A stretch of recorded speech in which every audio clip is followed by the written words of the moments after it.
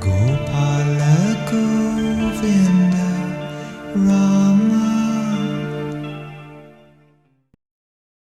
Why did God create this temporary world? Why did He create it? So that it was temporary. Why did He create these material forms? Why are you in this material form? Why are you suffering, experiencing birth, diseases, old age, and death? Why are all these people here in all these bodies?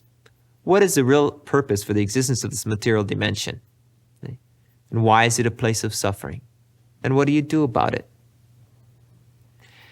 Your true essence is spirit. You are a part and parcel of the Supreme Lord, the Supreme Spirit Soul. You're a child of God. God lives in His kingdom eternally, and He is enjoying Himself there. He's completely satisfied, living in His world, living in His dimension, where everyone in His dimension is engaging in His loving service. In other words, everyone in the spiritual world loves to serve God. You are part and parcel of God. You belong in that world. You belong in the kingdom of God, engaging in the loving service of God and experiencing your natural happiness in connection with your loving service to Him. This is your real identity. You are spirit. Your natural function is to engage in the loving service of the Supreme Spirit. However, because you and every single person in this world, because you experience envy of God, you want yourself. You don't want to be the servant of God. You want to be God. Because you have a desire to be the Lord, to be the enjoyer, to be the master. Okay? Because you have this desire, therefore you are placed in the material dimension. You're placed in the material world.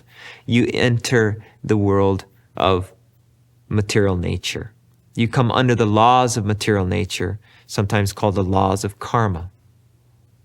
You become under the laws of cause and effect, action and reaction.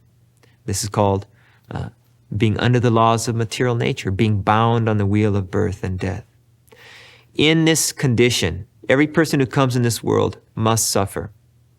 We experience birth, and this is a suffering condition. We experience growing old, this is a suffering condition. We experience our bodies having disease. This is a suffering condition. And finally, we experience being kicked out of this world and having to take on another material body. This is called death. And this death is a suffering experience. So throughout this world, we experience birth, diseases, old age, and death. We always suffer in this world. This world is a place of suffering. Why is it a place of suffering? It is a place of suffering because it is meant to be temporary. This world is not meant to be eternal. This is that section of God's kingdom where temporariness is the law, where time is the master. And we come under the laws of time. In other words, God creates this material dimension not for our enjoyment, but rather for our attempted enjoyment, so that we could attempt to imitate God and be the Supreme Lord and enjoyer.